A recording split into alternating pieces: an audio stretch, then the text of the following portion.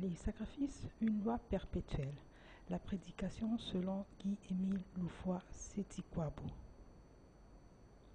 La question des sacrifices, développée à maintes reprises, continue de faire couler beaucoup d'encre. Dans sa ruse et sa témérité, Satan jette le pavé dans la mare et pousse des gens peu avertis à se poser la question de savoir où vont les sacrifices. Il continue exprès d'entretenir le doute dans l'esprit des gens en suscitant continuellement cette question sur la nécessité et la destination des sacrifices après la crucifixion de Jésus, qui a ainsi payé une fois pour toutes le sacrifice pour tout le monde. Je conviens de ce que, par sa mort sur la croix, Jésus a payé le sacrifice pour tout le monde. Mais dans un premier temps, je voudrais vous faire savoir que dans les Saintes Écritures, Dieu déclare ce qui suit. Pour que ta prière soit exaucée, paye les sacrifices. Je vous invite alors à rechercher ce passage et à m'en communiquer la référence. Celui ou celle qui trouvera ce passage, Dieu le ou la bénira à l'extrême. Ce texte s'adresse à tous les frères et sœurs du Congo et du monde entier. Ce passage se trouve bel et bien dans la Bible. Écrivez donc à son Excellence M. Loufoy-Setikwabo, Guy-Émile, par le biais du vice-président adjoint du bureau coordonnateur international BCI, boîte postale 1062, Brazzaville, République du Congo. Certains ne lisent pas du tout la Bible, d'autres ne se contentent que des passages qui leur sont devenus familiers alors qu'ils devraient la lire entièrement pour connaître tout ce qui est écrit. Revenons à notre sujet. Pour répondre à ces maris qui répudient leurs femmes sous le fallacieux prétexte que le grand maître Émile excroque de l'argent à ces dernières par le biais des sacrifices. Je conviens à nouveau de ce que Jésus a bel et bien été crucifié pour nous sauver et pour nous purifier par son sang précieux qui a coulé. C'est la vérité. Je dis bien que le sang de Jésus nous a purifiés, mais est-ce pour autant que la punition que Dieu a infligée à Adam et Ève a été abolie? Cette question, je vous la pose. Je la pose également à tous ceux qui me critiquent au sujet de la loi des sacrifices qui, selon eux, ne serait plus en vigueur du fait du sang de Jésus versé sur la croix. Si cette punition a été abolie du fait de la crucifixion de Jésus, alors on pourrait affirmer que la loi des sacrifices n'a plus sa raison d'être. Or, pour n'avoir pas obéi à ses commandements et à ses recommandations, Dieu dit à Adam, « C'est à la sueur de ton front que tu mangeras du pain, car tu es poussière et tu retourneras poussière. » Et à Ève, il dit, « C'est avec peine que tu accoucheras. » Tels sont les termes de la punition infligée à Adam et Ève par l'Éternel Dieu, notre Père céleste. Il est vrai, certes, que Jésus est venu pour nous sauver, pour nous purifier et pour nous racheter par son sang précieux. Est-ce que depuis la mort de Jésus, l'homme a cessé de manger à la sueur de son front? Est-ce que la femme a cessé d'accoucher avec peine? Est-ce que l'homme a cessé de retourner à la poussière?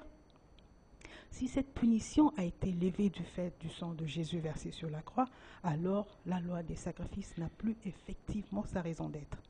Ceci démontre à suffisance que le sang de Jésus versé sur la croix n'a pas aboli la loi des sacrifices qui demeure et demeurera toujours en vigueur jusqu'à l'éternité. C'est une loi perpétuelle comme l'est celle de la dîme.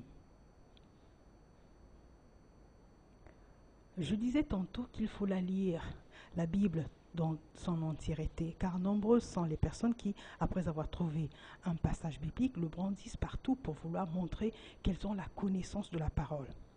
Si nous croyons que les Saintes Écritures sont la parole de Dieu, croyez-moi qu'aucune de ces lois n'a été abolie jusqu'alors.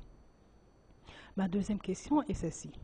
Entre la punition d'Adam et d'Ève et la crucifixion de Jésus, qu'est-ce qui est intervenu avant? Est-ce la punition d'Adam et Ève ou la crucifixion de Jésus? Si la punition d'Adam et Ève est antérieure à la crucifixion de Jésus-Christ et que cette punition demeure sur nous jusqu'à ce jour, voire même jusqu'à l'éternité, la loi des sacrifices reste donc en vigueur.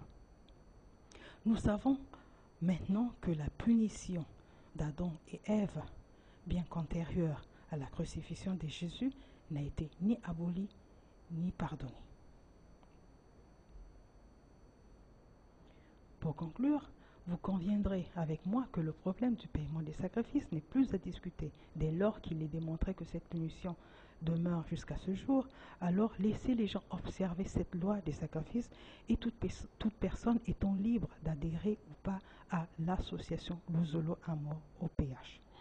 Je me demande si les personnes qui, par excès de zèle, continuent à contester le caractère perpétuel de la loi des sacrifices, sous prétexte qu'elle serait tombée des ouettes du fait de la crucifixion de Jésus-Christ, se rendent réellement compte que la Bible nous interdit de douter ou discuter de la parole de Dieu au risque de nous emprisonner nous-mêmes. Je rappelle que la punition d'Adam et Ève n'a jamais été abolie, comme le vécu quotidien le confirme, car la femme accouche toujours dans la douleur et l'homme continue à gagner à la sueur de son front. Lorsque Dieu créa Adam, il lui donna pour mission principale de veiller sur toute la créature. Il avait de quoi manger en abondance, tout était à sa portée. Il pouvait en user à volonté. Puis Dieu se rendit compte qu'Adam avait trop de travail et qu'il n'était donc pas bon qu'il fût seul. C'est pourquoi il décida de lui donner une aide, un autre lui-même, la femme. Ainsi fut créée Ève à partir d'une côte prélevée sur Adam. Je vous rappelle toutes ces choses exprès pour que vous ayez la connaissance tout de même, car souvent certains enseignements vous échappent à cause de Satan qui est là pour s'aimer le trouble et la discorde en suscitant des incompréhensions, des querelles, des disputes. Mais lorsque Satan, le diable déguisé en serpent, les avait trompés, Adam et Ève connurent la souffrance car ils avaient écopé une sanction dont les effets perdureront sur la création jusqu'à la fin des temps. Avec un peu de logique ou un peu de sens, un peu de bon sens, l'homme aurait dû comprendre qu'exceptionnellement le sang de Jésus versé sur la croix n'a ni effacé, ni enlevé, ni encore pardonné la faute d'Adam et Ève, car le vécu quotidien démontre à suffisance que cette punition demeure. Voilà ce que j'avais à dire au sujet de la loi des sacrifices observés dans l'association Luzolo Amor OPH.